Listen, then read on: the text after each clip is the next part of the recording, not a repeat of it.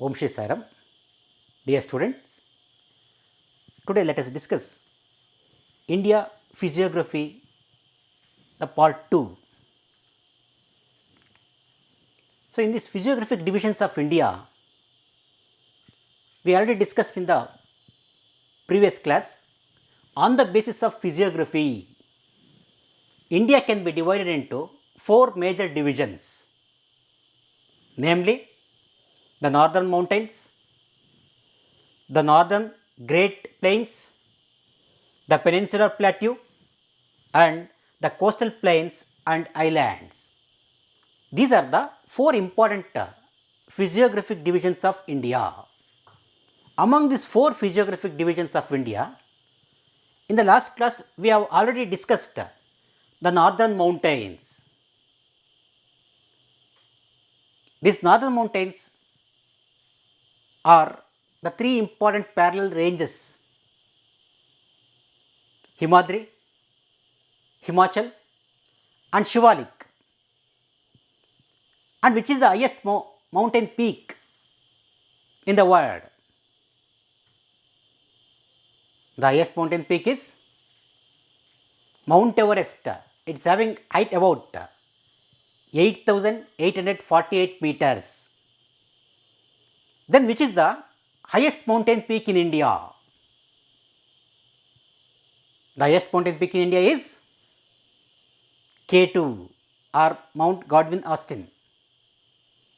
So, and also we have discussed in this part the importance of the northern mountains. Can you name some of the importance of northern mountains? Firstly, it protects us from the cold wind which is blowing from the central Asia. Second, it protects us from the foreign invasions, and this mountain gives birth to many rivers, and it is a storehouse of minerals.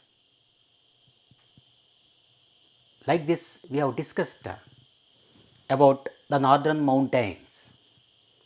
Today in this class, let us discuss the second important physiographic division, that is northern Great Plains and also the peninsular plateau.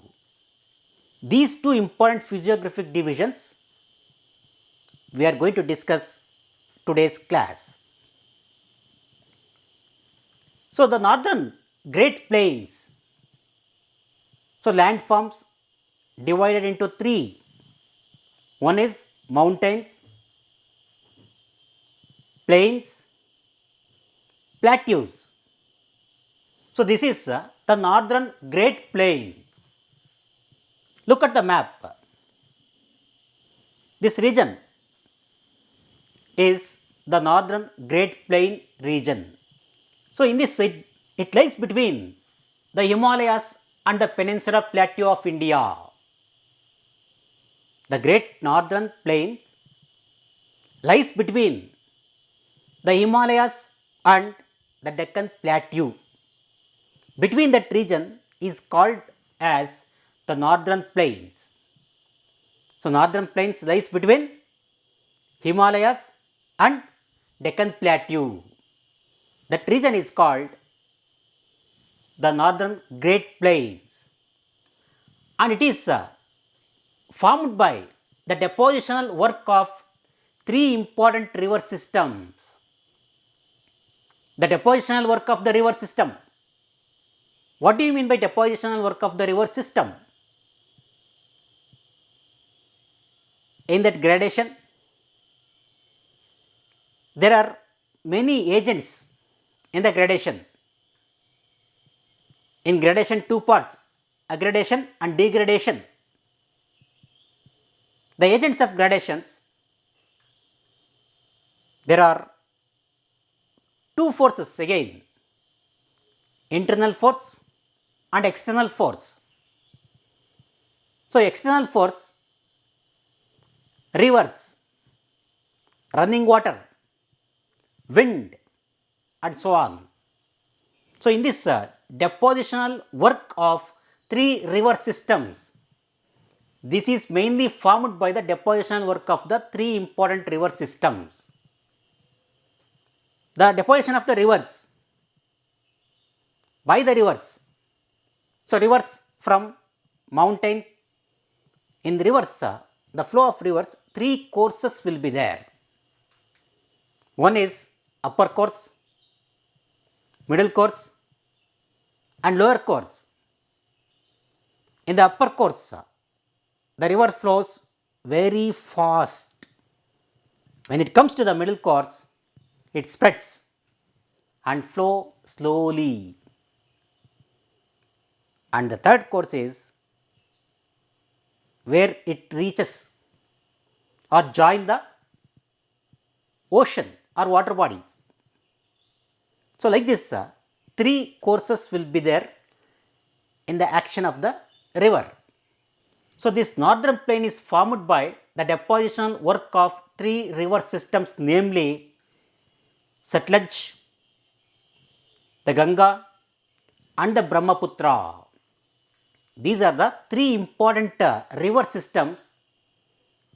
These rivers deposited very fertile alluvial soil on these banks of these rivers, that is only called the Great Northern Plains.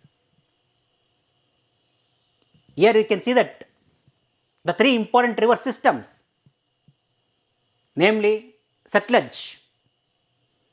Satluj is one of the most important tributary of river Indus. Can you name some other tributaries of the river Indus? Beas, Chenab, Ravi, Zeelam and Satluj.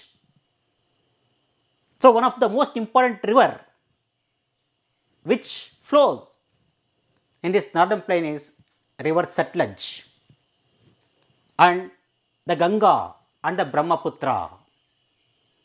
These are the two important rivers. They make that soil or land very fertile. So, if you look at the western side, there we can see Satluj. The eastern side, we can see that river Ganges and river Brahmaputra. This is how the Great Northern Plain is formed, because of the depositional work of the river systems. While flowing these rivers, they carry minerals and other things. Very fertile soil in the mountains, carried by the rivers and deposited on the banks of these rivers. They make the soil very fertile. It is called alluvial soil. Alluvial soil is very fertile. Yes, it is the largest alluvial soil tract in the world. Alluvial soil is very fertile. It is very good for growing varieties of crops. So, such type of alluvial soil deposition is taken place in the river systems. So, that is why it is the largest alluvial soil tract in the world, very large, and it extending east west length of around 2500 kilometers, east west direction, nearly about 2500 kilometers length it extends. It is the largest alluvial soil tract in the world. The largest alluvial soil tract in the world, because it extends from east to west around 2500 kilometers. This plain mainly formed by due to the depositional work of three important river systems. One is Satluj, river Ganga and river Brahmaputra. These are the three important rivers, make this soil very fertile and make that plain very fertile and it became one of the largest alluvial soil tract in the world. It extends east to west around 2500 kilometers. That is why it is called as the largest alluvial soil tract in the world. So, the average width, it varies from 240 kilometers to 340 kilometers. The length is around 2500 kilometers. It is the largest the alluvial tract in the world. The width of this, it varies from one place to another place from 240 kilometers to 340 kilometers. It covers an area about 7 lakh square kilometers. The India's total area is good 32 lakhs 87,263 square kilometer. Out of that 32 lakhs 87,263 square kilometer, it occupies 7 lakh square kilometers. You know that the great northern mountains occupies the area of 5 lakh square kilometers. Northern plain occupies 7 lakh square kilometer out of 32 lakhs 87,263 square kilometer of area, total area of India. So, northern plain occupies 7 lakh square kilometers. This plain is very flat and also the rocks are not exposed on the surface of this plain. That is why it is one of the most important advantage to grow different varieties of crops. It is very fertile land and largest alluvial tract in the world. So, now what are the importance of the northern Great Plain? Northern Great Plains are located between Himalayan mountains and also the Deccan Plateau. That region is called Northern Mountains. It extends east to west 2500 kilometers. The width of this varies from 240 kilometers to 340 kilometers, and it is formed by the depositional work of three important riverine systems, namely the Satluj, Ganga, Brahmaputra. So, these rivers flow and deposited the alluvial soil and made that land very fertile. So, this is how the formation of the northern plain. Now, let us see the importance of the northern Great Plain. Now, we understood that how it is formed and how it is used. On the basis of that, we can easily say that the importance of the northern Great Plains. In the last class, we have discussed the importance of the Himalayan mountains. Now, the importance of the northern Great Plain. The firstly, it is very suitable for agriculture. Already you know the term agriculture. What do you mean by agriculture? It is very good.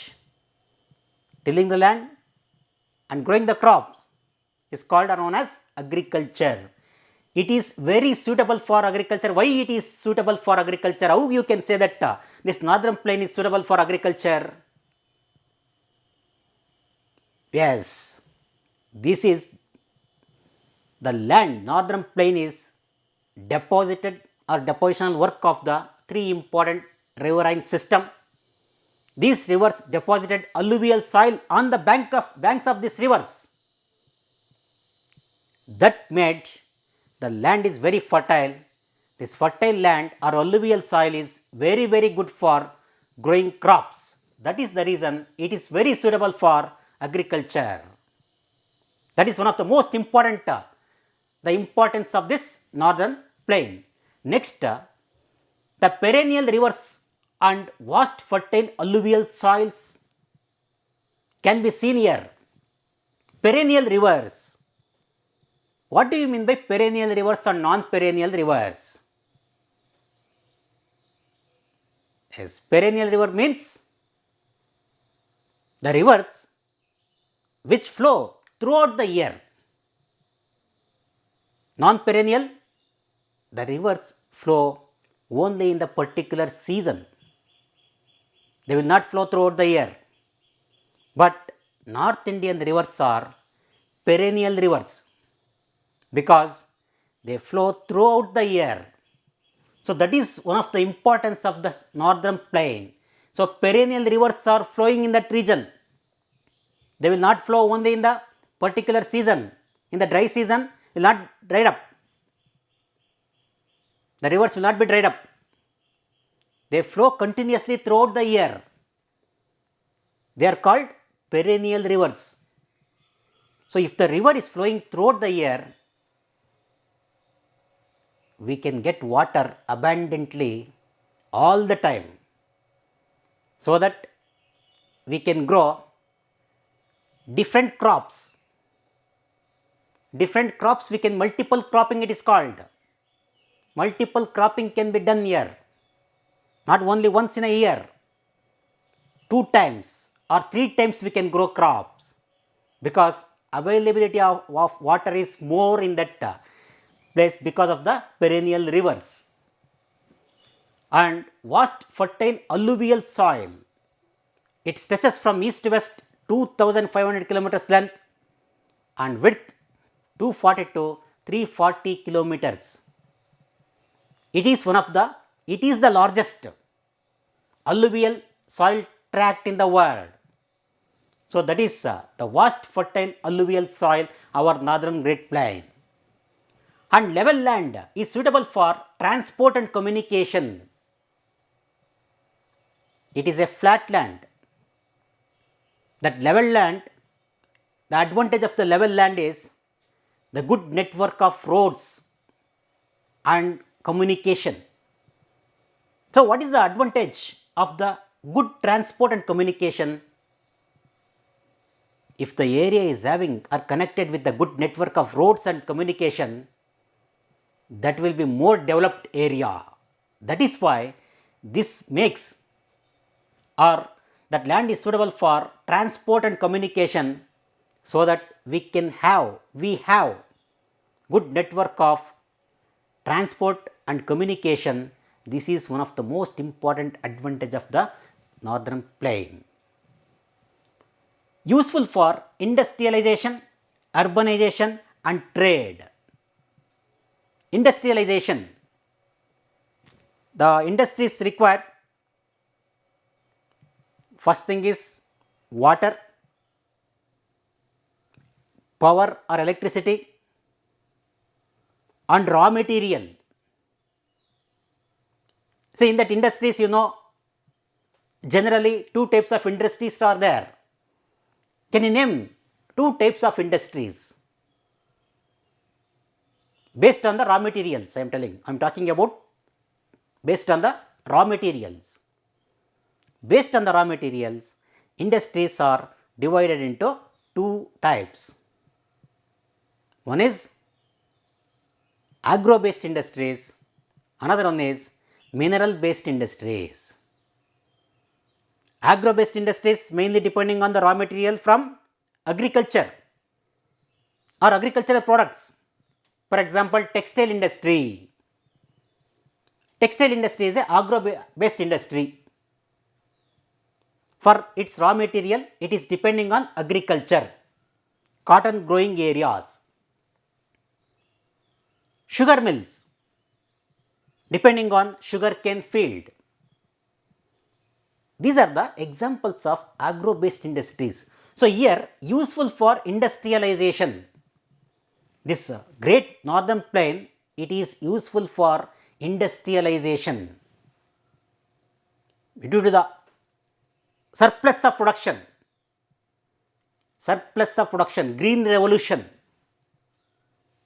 rapid production or rapid development in the field of agricultural production, wheat especially. So, this gives the encouragement for the industrialization and urbanization. wherever the industries are set up, that area becomes urbanized, means more number of people stay in that region. That becomes urbanization. The standard of living of the people will be increased, more number of the people will be there, large number of shops and transport and communications, all these things are required in a large scale. So, that is how the urbanization will be developed, and automatically when number of people more and industries are developed and became urban, the trade and commerce automatically takes place. Next is development of trade. So, because of the great northern plains, alluvial soil and water available throughout the year, the people are able to grow more production or more crops. So, because of that more crops grown in that region, it gave birth to industries, urbanization, trade. Trade also will take place because of the overproduction of the agricultural products. So, number of pilgrimage centers. So, this land also having many pilgrimage centers. Can you name some of the pilgrimage centers? Yes, Kashi or Benares or Varanasi, Haridwar, Rishikesh and many others. So, all these things can be seen, and also different scenic beauties also can be seen in this place, because this northern plain is located between Himalayan mountain and also the Deccan plateau. So, these are the some importance of the northern plains. So, now the third important physiographic division of our country is the peninsular plateau. The first one is northern mountain, second is the northern great plains, the third is the peninsular plateau. So, look at the map, you can easily understand the peninsular plateau. It is in triangular shape, it is in triangular shape. See that Chotanagpur plateau, Vindhya range and Satpura range. Between this Satpura range is between river Narmada and river Tapi. These are the two important rivers which flow towards west and join the Arabian Sea. So, we have Arabian Sea in the west. In the east of our country, Bay of Bengal. So, other rivers of southern part of India join to the Bay of Bengal. River Narmada and Tapi join to Arabian Sea in southern part of India. So, Satpura range is between river Tapi and river Narmada. And see the Deccan Plateau region, Western Ghats, Eastern Ghats, Aravalli range. So, now we have to discuss about the peninsular plateau. The peninsular plateau is in triangular shape, clear. So, it is the oldest landmass and also largest physical division of India. So, Great Northern Mountains occupies about 5 lakh square kilometers of total area, and Northern Plains 7 lakh square kilometers, and here it is the largest physical divisions of India. The Peninsular Plateau is the largest.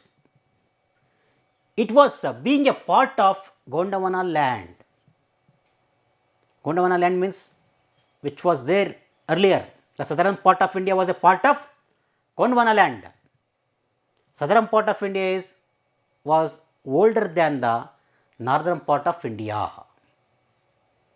So, it was actually in the beginning several million years ago, it was a part of the Gondwana land and it was located in the southern hemisphere.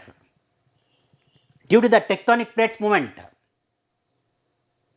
the tearing of the earth surface and moved because of the divergent movements and came upward and located in the northern hemisphere.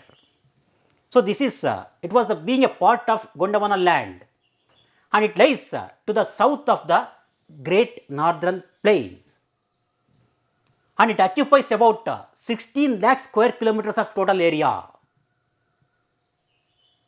Himalayan mountain occupies 5 lakhs, Northern Plain occupies 7 lakh square kilometers. This occupies, it is 16 lakh square kilometer and it is roughly the triangular in shape and also its apex is formed by the Cape Kanyakumari in the southern extremity. So, it is approximately the shape is like triangular shape. Look at the maps.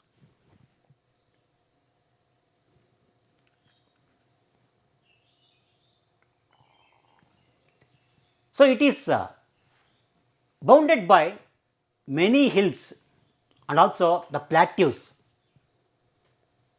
You know what do you mean by plateau?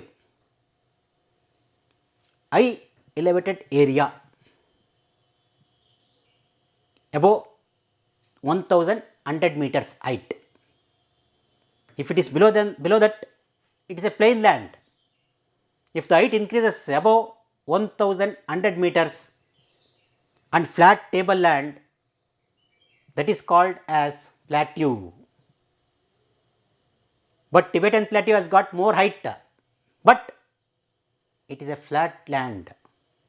That is why it is called the Tibetan plateau. The roof of the world it is called. The Tibetan plateau is called roof of the world, though its height is more, but flat table land can be seen there.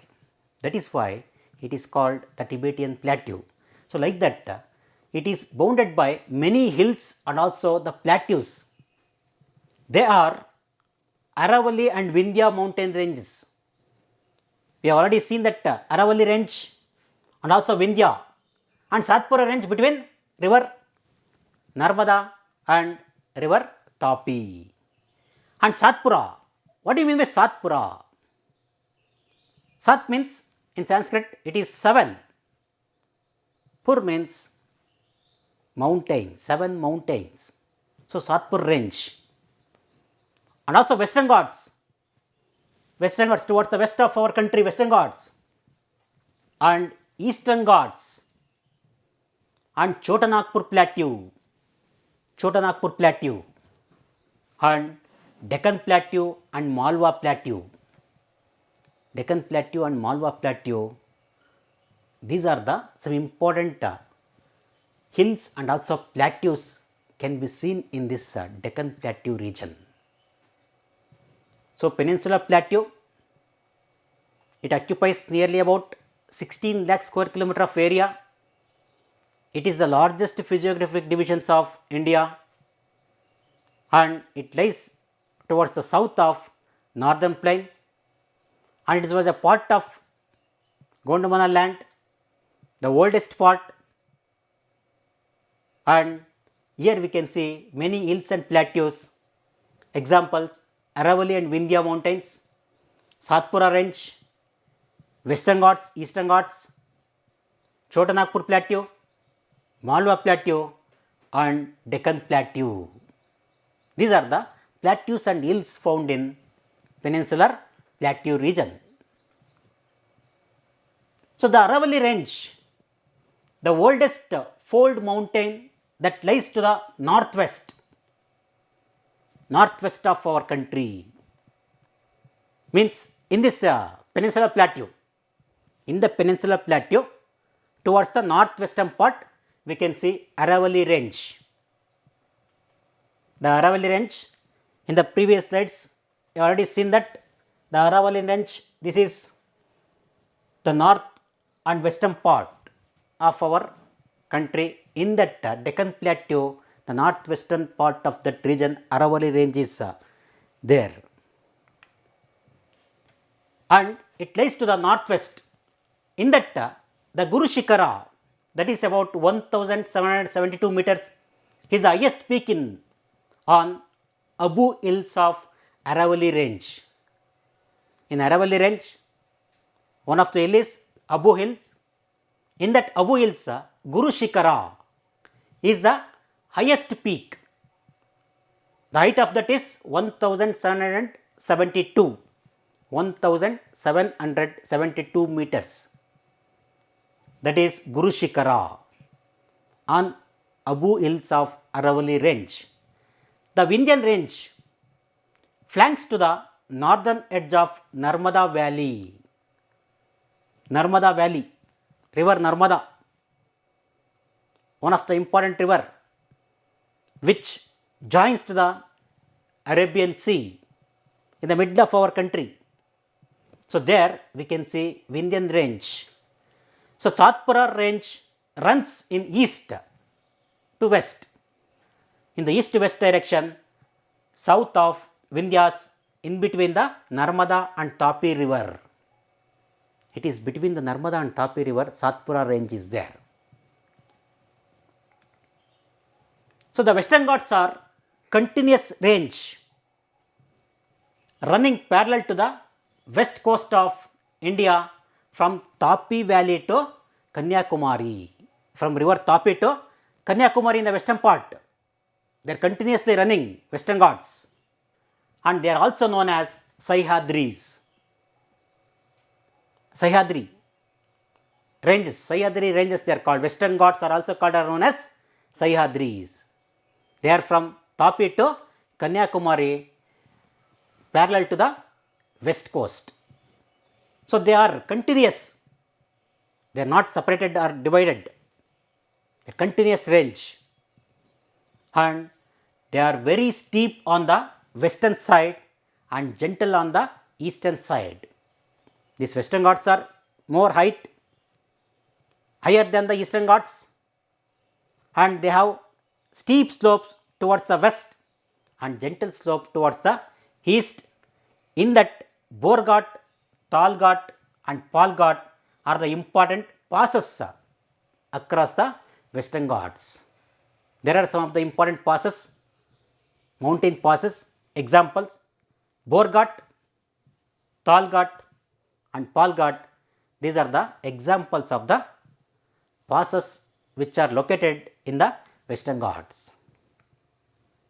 So, south of the Pal Ghat gap the Western Ghats and continue as the Anaimalai, the Palani and also Cardamom Hills.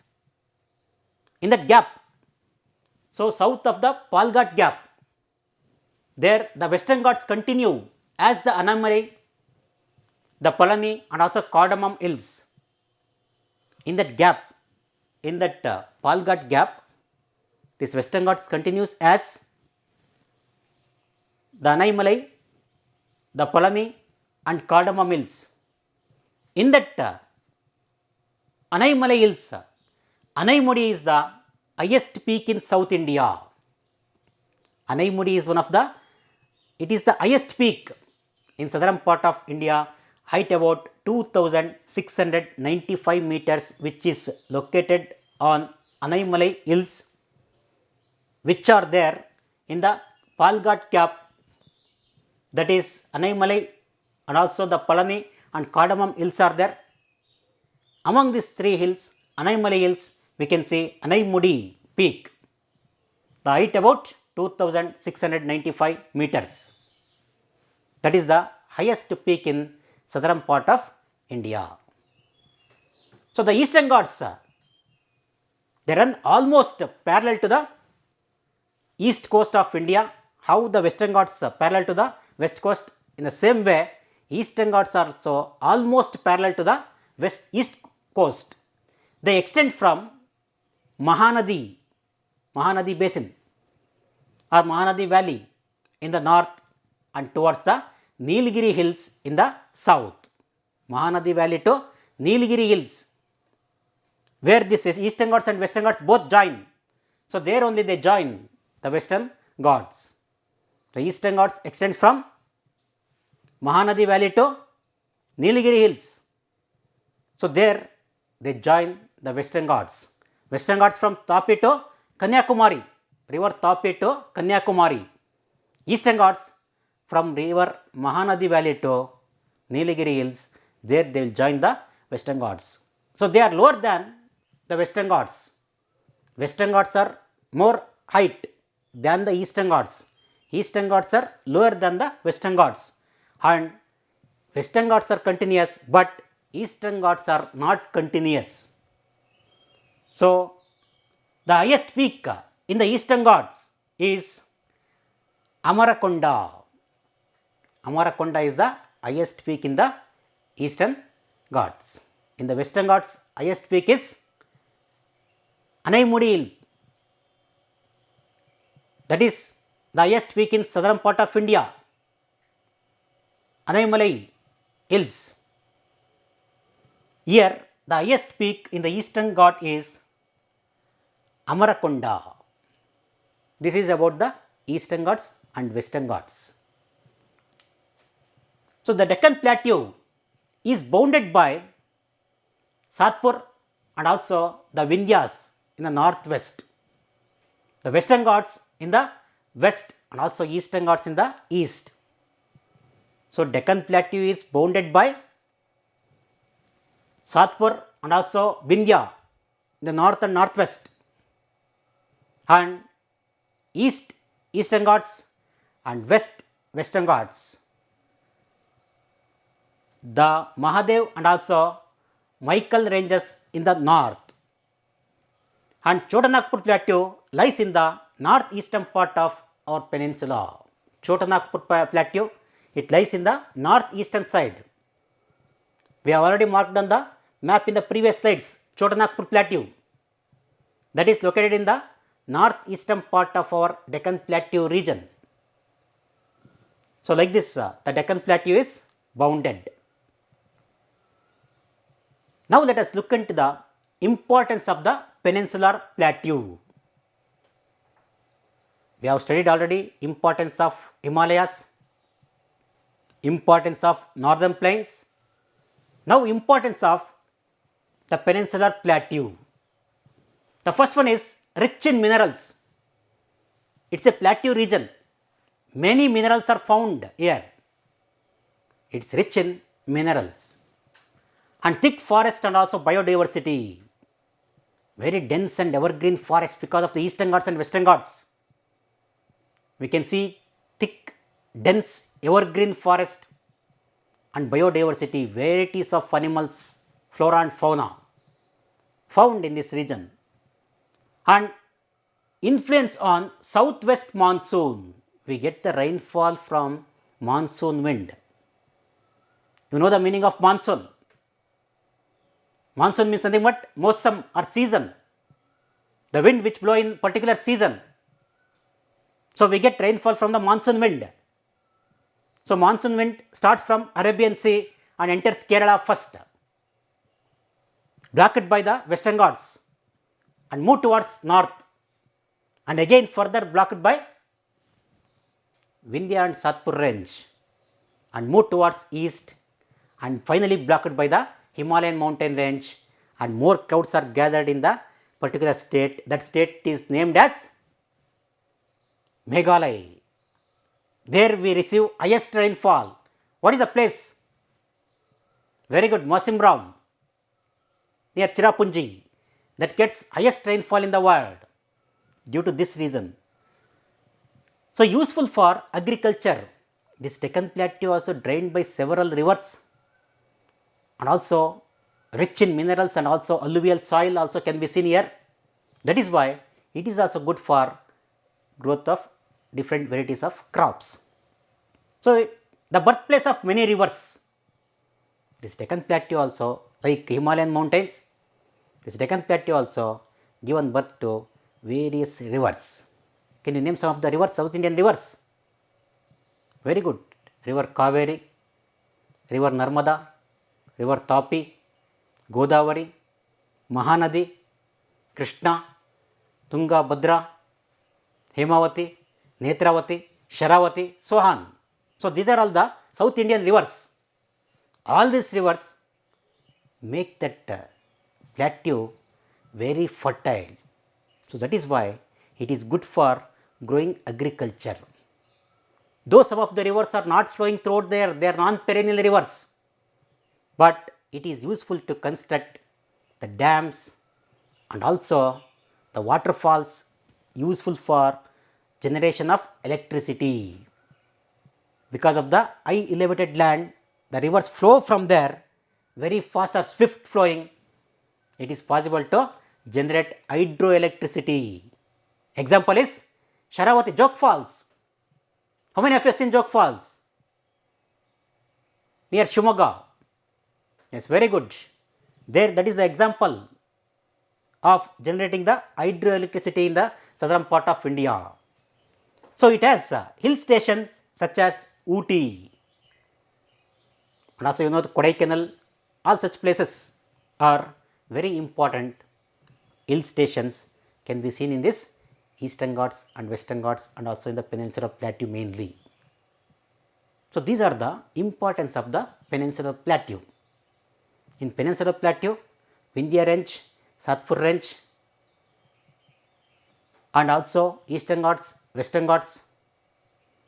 Again in the Eastern Ghats and Western Ghats several ranges and so many rivers, Deccan Plateau region, all this put together that makes the Peninsular Plateau. So, these are all the importance of the Peninsular Plateau. Now, we understood the importance of Himalayas, the importance of northern plains and the importance of the Peninsular Plateau. So, now you take some of the questions and think about these questions and be prepared. We shall meet in the next class. The first question: in South India, dash is the highest peak, which means which is the highest peak in South India, which is the highest peak in South India. Second one, the northern Great Plain is made up of what type of soil? The Great Northern Plain is made up of dash type of soil or what type of soil it is. The third, state how the northern Great Plains were formed, the formation of the northern Great Plains. The fourth one is distinguish between the Eastern Ghats and the Western Ghats. Distinguish between the Eastern Ghats and Western Ghats. Be prepared and we shall meet in the next session. Thank you. Sai Ram.